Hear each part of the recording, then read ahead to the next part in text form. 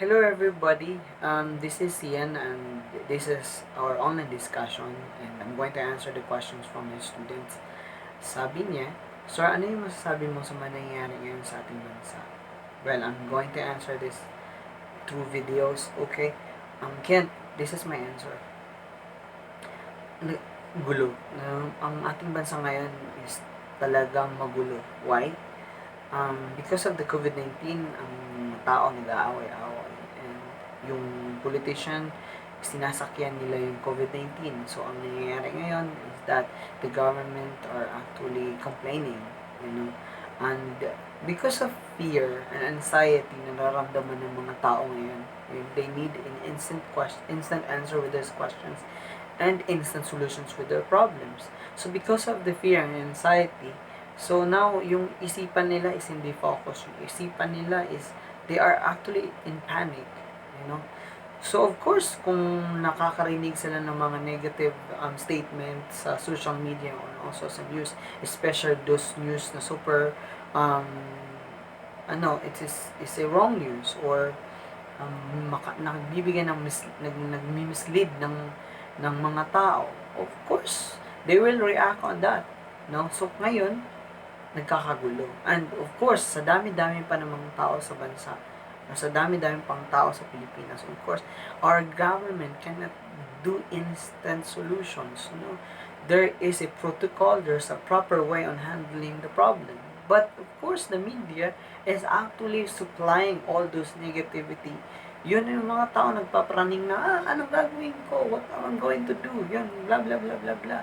And of course, yun nakakaramdam yung mga tao ng pangamba. Now, they want to have the money, especially those poor people. Gusto nila nagkakaroon ng pera. Why? It is because the media are always urging them to do something. Like, hello, it's gonna be a huge problem. You need the money for to survive. You have to buy the groceries, so blah, blah, blah, blah, blah. So, yung mga tao who doesn't have the money, they have this high tendencies of freaking out.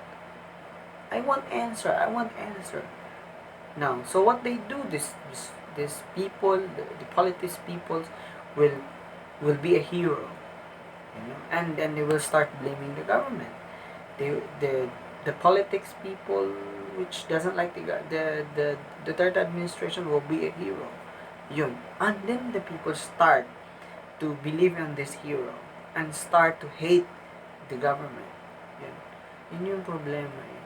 So, isa pa nito, yung mga artista na instead they are there neutral, instead of they're supposed to motivate and inspire other people. What they do, they make also again stupid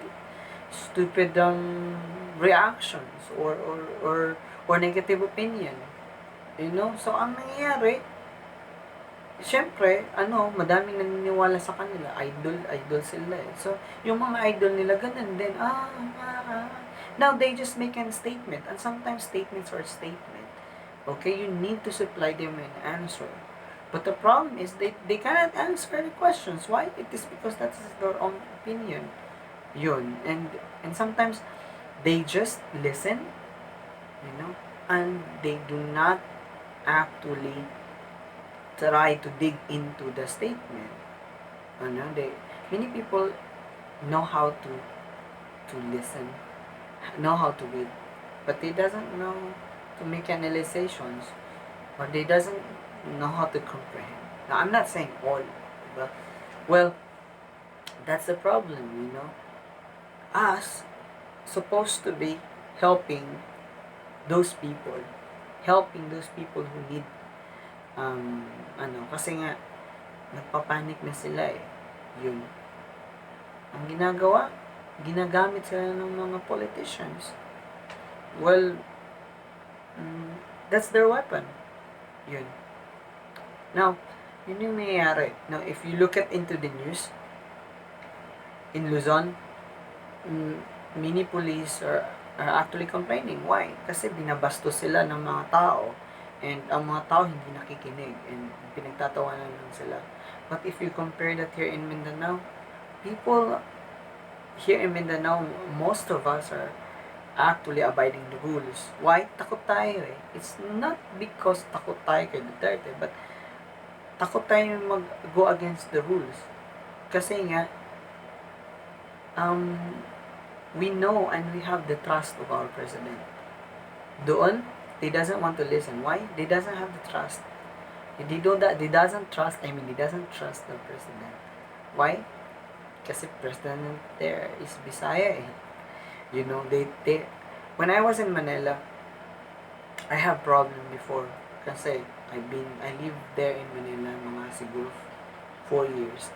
Now, yun, many of them make fun of me because they think they think I am terrorista kasi I'm from Mindanao. But sometimes I respect them. Why? Because of course in Mindanao always have war, diba?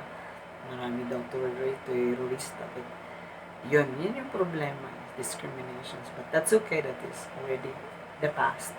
And akala ko change na kasi matagal na yun. Pero ganun pa din, meron pa rin palang discriminations. But we cannot blame them, that's them, you know. But for us Mindanao people,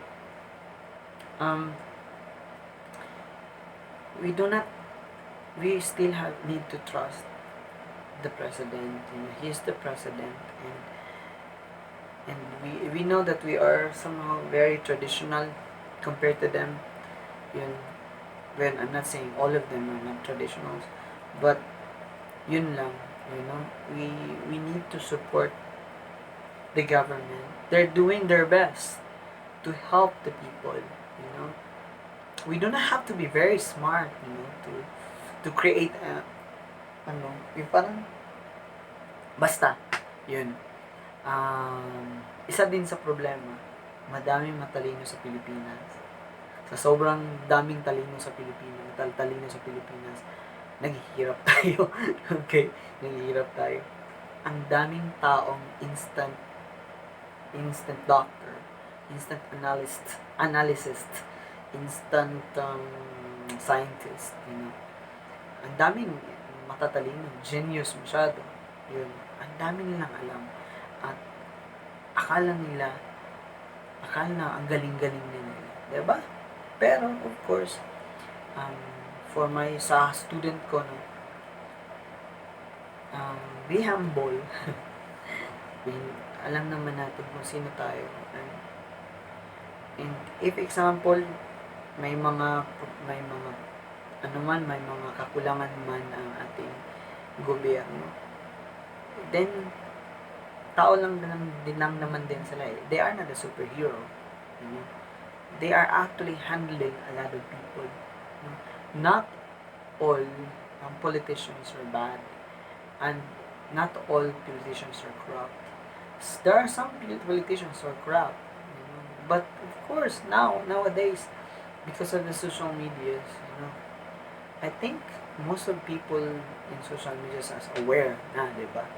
Now, we do not have to think about political problem. We should think more about COVID-19, okay?